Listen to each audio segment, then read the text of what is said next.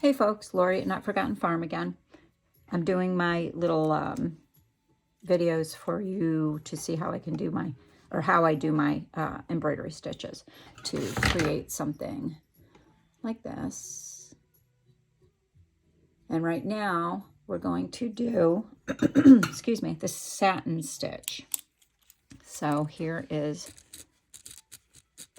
satin stitch. I'm using a friction pen, so I don't know if you could see that well, but it'll work. So we're going to actually draw a little circle. And I mean, you know, although I've been embroidering, I guess it's a word, for many, many years, I'm not a, and yeah, okay, I'm a designer, but I'm, you know, I'm just a person that likes to stitch just like you. So I'm not an expert. I just have lots of experience doing it. If you have a different way that you do it, by all means do that. I'm not saying this is the only way to do things. I'm just showing you these are my way of doing things. This is my way of doing things. Okay, I have 3-ply of the Valdani. It's actually 3-ply already, so it's my favorite to stitch with. I'm using red because you can really see it nicely. And I've threaded my needle. I've tied my knot to the end of my needle, my bent needle, yay, and a little knot on the end. I'm a knotter. If you're not a knotter, we're good. We're good. We'll get along no matter what. Okay, satin stitch.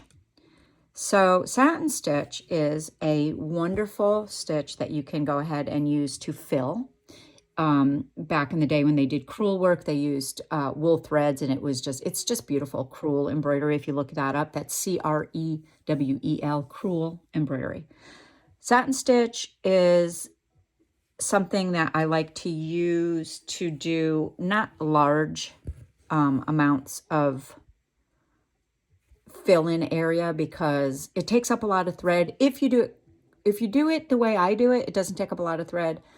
But if you don't do it the way I do it, it takes up a lot of thread because you're actually adding thread to the front and the back. I have just taken my stitch from the bottom, gone to the top, and now I'm going to go right next to my end stitch. I'm going to go to the left of it here. And I'm going to go back down here.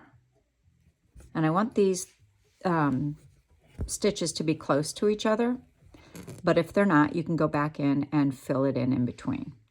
Some people go, whoops, that came out. I got too close. See that?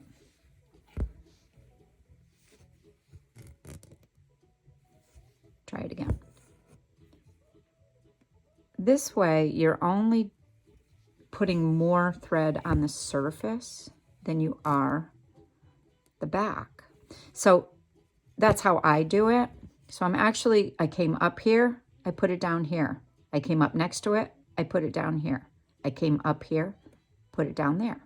But I'll show you how you're supposed to actually do it, or what they say to do it on tutorials and whatnot. And this, I'm going to surface stitch now. So that means I'm not going to stab stitch, but I'm actually going to run my needle through and then bring it back out on the surface of the fabric.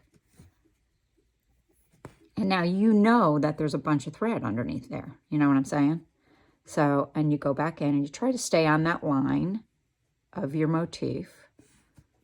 This takes a lot of, excuse me, a lot of practice.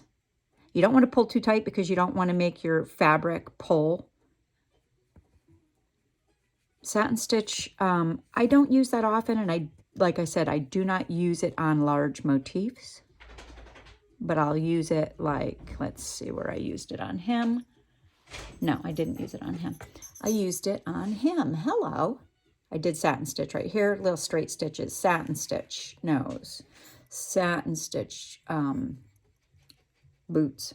I love his boots. Aren't they cool? And little satin stitch crazy shoes on Santa. So that is satin stitch.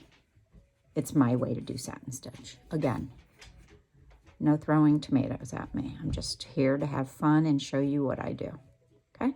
That way or down. and then back up next to it. So you're not using a lot of thread underneath. Okay? All right, satin stitch. On to the next.